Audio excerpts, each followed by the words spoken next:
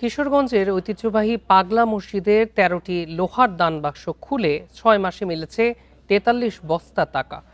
এ নিয়ে আরও জানাতে কিশোরগঞ্জের থেকে আছেন আমাদের সহকর্মী শাহজাহান সাজু। সাজু, প্রায় সর্বশেষ ২৭ ডিসেম্বর যখন দান বাক্সগুলো খোলা হয়েছিল তখন প্রায় ১১,৭৮,০০,০০০ টাকার মতো পাওয়া গিয়েছিল। প্রতি সপ্তাহে সর্বোচ্চবার বিকাশ পেমেন্টে ৫০ জন হবেন পেমেন্ট চ্যাম্পিয়ন। জিতে নিন টিভি সহ আকর্ষণীয় সব প্রাইজ। এবার ৪৩ বস্তা থেকে এখন পর্যন্ত গণনায় কত টাকা এসেছে এবং পরিকল্পনা কি কর্তৃপক্ষের এই টাকাগুলো গণনার পর? দেখুন, এখন পর্যন্ত ১০ কোটি টাকা গণনা শেষ হয়েছে এবং এই টাকা ইতিমধ্যে যে রূপালী ব্যাংকে অ্যাকাউন্ট এই মসজিদ কর্তৃপক্ষের সেখানে চলে গেছে।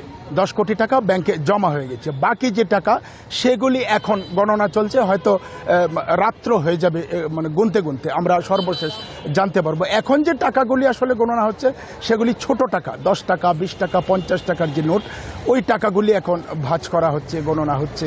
আর এই ১,০০০ টাকার নোট, ৫০০ টাকার নোট বা ১০০ টাকার নোট, যে বড় নোটগুলি, এগুলি গণনা শেষ হয়েছে।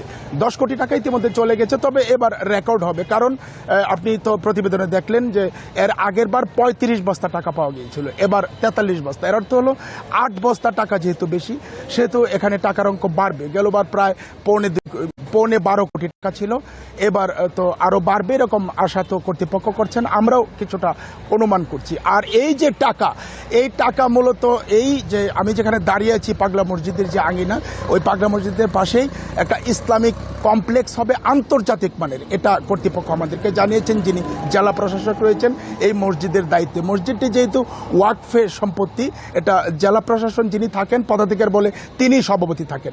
এখানে আন্তর্জাতিক মানের একটা দৃষ্টিনন্দন একটা মানে মসজিদ হবে, মানে একটা কমপ্লেক্স হবে, এতটুকুই তিনি আমাদেরকে জানিয়েছেন।